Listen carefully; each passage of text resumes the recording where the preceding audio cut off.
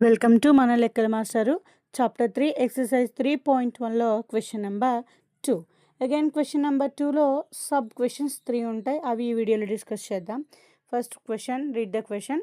On comparing the ratios a1 by a2, b1 by b2 and c1 by c2, find out whether the lines representing the following pairs of linear equations intersecting at a point or parallel. ఒకసారి ఈ question మళ్ళీ చూడండి. a1/a2, b1/b2, c1/c2 ratios compare చేస్తూ మనకి ఇచ్చిన పేర్ of linear equations అనేవి అవి intersecting అవుతాయా, ప్యారలల్ ఆర్ కోఇన్సిడెన్స్, ఏ లైన్స్ అవుతాయి అని మనం ఫైండ్ అవుట్ చేయాలి. Okay, first question 5x - 4y + 8 = 0 and 7x + 6y - 9 = 0. These are the given pair of linear equations. ఇది ఏ ఈక్వేషన్కైనా సరే ఫస్ట్ మనం గివెన్ ఇన్ఫర్మేషన్ అనేది కంపల్సరీ రాసుకోవాలి. సో యాజ్ ఈజ్గా మనం గివెన్ ఇన్ఫర్మేషన్ అనేది రాసాము. 2 ఈక్వేషన్స్ని నోట్ చేసాము. అండ్ ఈ 2 ఈక్వేషన్స్ని standard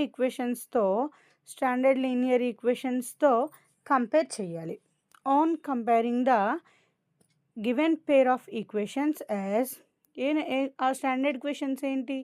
equations a1x + b1y + c1 = 0 and a2x + b2y + c2 = 0. మీకు ఇలా కంపేర్ చేయడం కష్టంగా ఉంటుంది అనుకుంటే ఫస్ట్ ఈక్వేషన్ కింద మనకి ఇచ్చిన first equation and second standard equation కింద ఇచ్చిన సెకండ్ ఈక్వేషన్స్ నోట్ చేసుకొని క్లియర్గా కంపేర్ చేయండి. ఎక్స్ కోఎఫిషియెంట్స్ a1 అవుతాయి, a1 a2 అంటే ఏ టర్మ్స్లో. So a1 = 5, b1 = -4, c1 = 8, a2 = 7, b2 = 6, c2 = -9. a1/a2 చేయండి 5/7 అండ్ b1/b2 = -4/6. 2 టేబుల్లో 4లో 2 times and 3 -2/3 and c1/c2 is 8/-9, that is nothing but -8/9. ఇక్కడ a1/a2, b1/b2, c1/c2ని అబ్జర్వ్ చేయండి, different values ఉన్నాయి. అంటే ఇక్కడ మనకి ఈక్వల్ అవ్వట్లేదు. సో a1/a2, b1/b2, c1/c2ని మార్క్ చేశాను. సో డైరెక్ట్గా మనకి ఆన్సర్ ఎలివేట్ అవుతుంది, కంపారిజన్ ఈజీ అవుతుంది చూడగానే. సో నాట్ ఈక్వల్ అవుతుంది. ఇలా మనకి కండిషన్స్ ఆల్రెడీ మనం ఇంట్రడక్షన్ పార్ట్లో ప్రీవియస్ వీడియోలో డిస్కస్ చేసాము. ఒకసారి ఎవరికైనా డౌట్ ఉంటే రీచెక్ చేయండి. a1/a2 not is equals to b1/b2. ఇక్కడ నాట్ ఈక్వల్ వచ్చింది కాబట్టి given pair of linear equations are intersecting lines. Intersecting చేసుకుంటాయి నాట్ ఈక్వల్ కాబట్టి. ఇంటర్సెక్టింగ్ చేసినప్పుడు ఎక్స్ ఫామ్లో ఉంటుంది కదా, ఇంటర్సెక్టింగ్ ఎట్ 1 పాయింట్ కాబట్టి 1 సొల్యూషన్ మాత్రమే ఉంటుంది. ఇక్కడ మనకి ఇంటర్సెక్టింగ్ లైన్సా ఆర్ ప్యారలల్ లైన్సా కోఇన్సిడెన్స్ లైన్సా అని ఫైండ్ అవుట్ చేయమన్నారు. సో ఈ పేర్ ఆఫ్ లీనియర్ ఈక్వేషన్స్ అనేవి మనకి ఇంటర్సెక్టింగ్ లైన్స్ అవుతాయి. ఫస్ట్ ఆఫ్ ఆల్ ఏం చేసాము, గివెన్ ఈక్వేషన్స్ రాసుకున్నాము, స్టాండర్డ్ ఈక్వేషన్తో కంపేర్ చేసాము, a1/a2, b1/b2, c1/c2 నోట్ చేసాము, కంపేర్ చేసాము. ఓకే, అండ్ మీకు previous video already 10th class first chapter real numbers and second chapter polynomials complete అయిపోయే ప్లేలిస్ట్ కూడా ఉంది, ఒక్కసారి చెక్ చేయండి.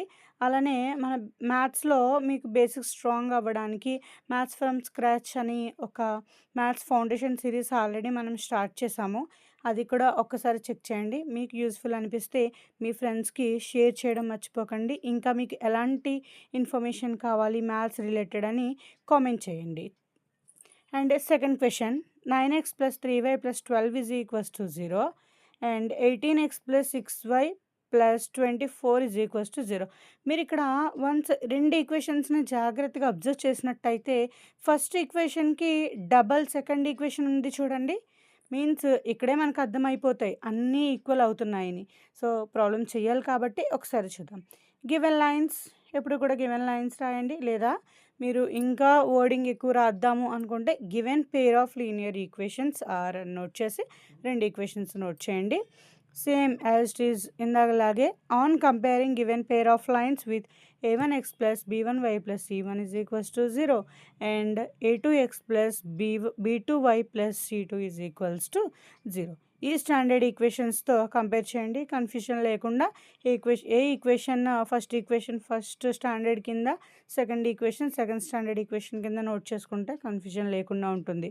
A1 = 9, B1 = 3, C1 = 12, A2 = 18, B2 = 6, C2 = 24. X కోఫిషియంట్లు ఏలో అవుతాయి, వై కోఫిషియంట్లు బీలో అవుతాయి, అండ్ కాన్స్టెంట్ ఏదైతే ఉందో అవి C1 C2 అవుతాయి. A1/A2 9/18, 9 18లో 2 times 1/2.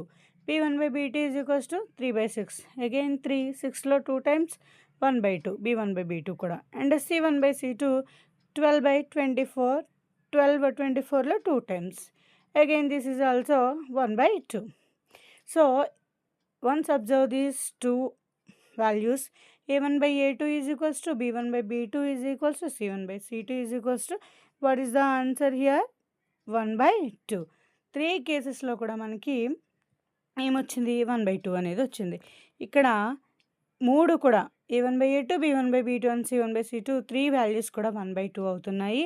అంటే ఇక్కడ 3 ఈక్వల్ అయిన కేస్ ఏముంటుంది? ఇలా 3 ఈక్వల్ ఎప్పుడైతే అవుతాయి, ఫస్ట్ కేస్లో A1/A2 not is equals to B1/B2 అయినప్పుడు నాట్ ఈక్వల్, అంటే A1/A2 B1/B2 నాట్ ఈక్వల్ వచ్చినప్పుడు చూడండి అక్కడ ఇంటర్సెక్టింగ్ లైన్స్ అంటున్నాం. ఇక్కడ 3 ఈక్వల్ వచ్చాయి కాబట్టి కోఇన్సిడెంట్ లైన్స్ అవుతాయి.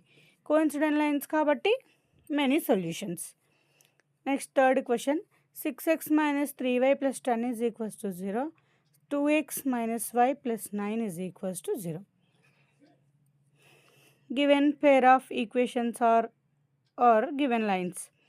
6x - 3y + 10 = 0, 2x - y + 9 = 0. Again, on comparing the given lines with the standard form, A1x + B1y + C1 = 0, A2x + B2y + C2 = 0. Again, on comparing given pair of lines, standard ఫామ్లో compare చేసాము. X కోఫిషియన్స్ని A1 A2గా తీసుకోండి, why కోఫిషియన్స్ని B1 B2గా తీసుకోండి, constant టర్మ్స్ని C1 C2గా తీసుకుంటాం. ఒకటి observe చేయండి, ప్రతి కేసులో ముందు పాజిటివ్ వచ్చింది కాబట్టి సరిపోయింది, కానీ ఇక్కడ అలాంగ్ విత్ సైన్ తీసుకోవాలి. కేర్ఫుల్గా అబ్జర్వ్ చేయండి. చూడండి, B1 వాల్యూ -3గా తీసుకున్నాను, and A2 = 2, B2 = -1, C2 = 9. Along with science తీసుకోవాలి. +10 అన్న 10 అన్న యాజ్ యూజ్ కాబట్టి నేను జస్ట్ సైన్ ఇండికేట్ చేయకుండా జస్ట్ మనం వాల్యూ మాత్రమే రాసాము, కానీ మైనస్ వచ్చినప్పుడు మాత్రం మైనస్ డెఫినెట్గా ఇంక్లూడ్ చేయండి. ఇప్పుడు A1/A2, B1/B2, C1/C2ని కంపేర్ చేయండి. కోఫిషియన్స్ని కంపేర్ చేస్తారు. A1/A2 6/2 అంటే 2 టేబుల్ 6లో 3 times. అగైన్ B1/B2 = 3/1, -3/-1 అంటే మైనస్ పోతుంది అండ్ 3 ఒకటే ఉంటుంది. C1/C2 = 10/9. ఇక్కడ మైనస్లో ఇలాంటి స్టాండర్డ్ బేసిక్స్ అన్ని మీకు ఆల్రెడీ డిస్కస్ చేయడం జరుగుతుంది. ప్లేలిస్ట్ జాగ్రత్తగా చెక్ చేయండి, బేసిక్స్ని స్ట్రాంగ్ చేసుకోండి. ఇక్కడ A1/A2, B1/B2 మాత్రమే ఈక్వల్గా ఉన్నాయి. C1/C2 అనేది నాట్ ఈక్వల్ ఉంది. సో ఇక్కడ మన కండిషన్ ఏమవుతుంది అంటే A1/A2 = B1/B2 not = C1/C2. A1/A2 value equal, A1/A2 B1/B2 equal అవుతుంది. 3 ఉంది, కానీ C1/C2 ఈక్వల్ అవ్వట్లేదు కాబట్టి దాన్ని మనం నాట్ ఈక్వల్ ఫామ్లో చూపించాం. ఒకటి ఈక్వల్ ఉండి ఒకటి నాట్ ఈక్వల్ అవుతుంది. ఇలాంటి గివెన్ పేర్ ఆఫ్ ఈక్వేషన్స్ అనేవి మనకి ఏం రిప్రజెంట్ చేస్తుంది అంటే ప్యారలల్ లైన్స్ని రిప్రజెంట్ చేస్తుంది. దాని వర్డింగ్లో ఎలా రాస్తాము? The given pair of linear equations will represent the parallel lines. So no solution. Parallel లైన్కి సొల్యూషన్ ఉంటుందా? ఉండదు. ట్రాక్స్ ఉన్నాయనుకోండి, స్ట్రైట్గా వెళ్ళిపోతాయి కదా, అవి ఎక్కడైనా ఇంటర్సెక్ట్ చేసుకుంటాయా? చేసుకోవు. ఇంకా అలాంటి వాటికి మనకి సొల్యూషన్ అనేది ఉండదు. ఇక్కడ చూడండి, ఫస్ట్ స్టాండర్డ్ ఫామ్ కింద ఫస్ట్ ఈక్వేషన్ రాయండి, సెకండ్ స్టాండర్డ్ ఫామ్ కింద సెకండ్ ఈక్వేషన్ రాయండి అని చెప్తున్నాను కదా. అది ఒక్కసారి అర్థం కాని వాళ్ళు ఉంటే ఒక్కసారి చూడండి. ఫస్ట్ స్టాండర్డ్ ఫామ్ రాసుకోండి. a1x plus b1y plus c1 is equals to 0. దాని కింద ఫస్ట్ ఈక్వేషన్ ఏదైతే ఉందో అది నోట్ చేయండి. 6x minus 3y plus 10 is equals to 0. ఇప్పుడు సెకండ్ స్టాండర్డ్ ఫామ్ నోట్ చేయండి. a2x plus b2y plus c2 is equals to 0. Second equation దాని కిందనే నోట్ చేయండి. 2x minus y plus 9 is equals to 0. X y coefficients వదిలేసి remaining వాటిని compare చేయండి. a1 ప్లేస్లో 6 ఉంది. b1 is equals to -3 along with sign తీసుకోవాలన్నాను కదా, అండ్ కాన్స్టెంట్ 10 కాబట్టి c1 10. So a2 is equals to 2, b2 is equals to -1, c2 is equals to 9. మీకు confusion లేకుండా ఉండాలి అంటే ఇలా డైరెక్ట్గా కంపారిజన్ అనే టర్మ్ రాసిన తర్వాత ఇక్కడ ఏ ఈక్వేషన్ కింద ఈక్వేషన్ రాసేయండి. ఇక్కడ చూడండి, కండిషన్ చూడండి. 1/a2 not is equals to b1/b2 వచ్చింది కదా. ఈజీగా ఎలా గుర్తుపెట్టుకోవాలో చిన్న ట్రిక్ చెప్తాను చూడండి. నాట్ ఈక్వల్ వచ్చినప్పుడు ఆ ఈక్వల్ని ఇంటర్సెక్ట్ చేస్తుంది కదా, ఇంటర్సెక్టింగ్ లైన్స్ ఒక్క పాయింట్ దగ్గర ఉంది కాబట్టి వన్ సొల్యూషన్. ఇక్కడ చూడండి, అన్ని ఈక్వల్ ఉన్నాయి అంటే ఒకదాని మీద ఒకటి రాసేయండి. అంటే కోఇన్సిడెంట్ అయిపోతున్నాయి, మెనీ సొల్యూషన్స్ ఉంటాయి. ఇక్కడ ఒకటి ఈక్వల్ ఉంది, ఒకటి నాట్ ఈక్వల్ ఉంది. అలాంటప్పుడు ప్యారలల్, ఇది ఎక్కడ టచ్ అవ్వట్లేదు కదా, నో సొల్యూషన్. సో ఈ కండిషన్స్ జాగ్రత్తగా గుర్తుపెట్టుకోండి. ఎలా ఈజీగా గుర్తుపెట్టుకుంటారు? ఇంటర్సెక్టింగ్ అండ్ నాట్ ఈక్వల్ ఉన్నప్పుడు టచ్ చేస్తుంది కాబట్టి ఈక్వల్ని ఇంటర్సెక్టింగ్ లైన్స్ అని గుర్తుపెట్టుకోండి. అండ్ రెండు ఈక్వల్ ఉంటే ఒకదాని మీద ఒకటి ఉంటుంది, కోఇన్సిడెన్స్ లైన్స్ అని గుర్తుపెట్టుకోండి. వీటి రెండింటికి సొల్యూషన్స్ ఉంటాయి కాబట్టి అవి మనకి కన్సిస్టెంట్ అవుతాయి. ప్యారలల్ లైన్స్కి సొల్యూషన్ లేదు కాబట్టి ఇన్కన్సిస్టెంట్ అవుతుంది. ఫస్ట్ రెండు కేసెస్ గుర్తుపెట్టుకుంటే థర్డ్ వన్ ఆటోమేటిక్గా గుర్తుంటుంది, ఎందుకంటే మిగిలిపోయింది అదే కాబట్టి. ఒక్కసారి ఇది రివిజన్ చేయండి, ఇవి జాగ్రత్తగా చదవండి, ఇంపార్టెంట్ మీకు. నెక్స్ట్ ఫర్దర్గా కూడా థియరీ పార్ట్లో మీకు ఇంపార్టెంట్ టాపిక్ ఇది. ఈ వీడియోని మీ ఫ్రెండ్స్కి షేర్ చేయండి, లైక్ చేసి ఏ టాపిక్స్ కావాలో కామెంట్ చేయండి. ఈ వీడియో ఎక్కువ మందికి రీచ్ అయ్యే అవకాశం ఉంటుంది, సో చాలామందికి యూజ్ అవుతుంది. Thank you for watching. Follow for more.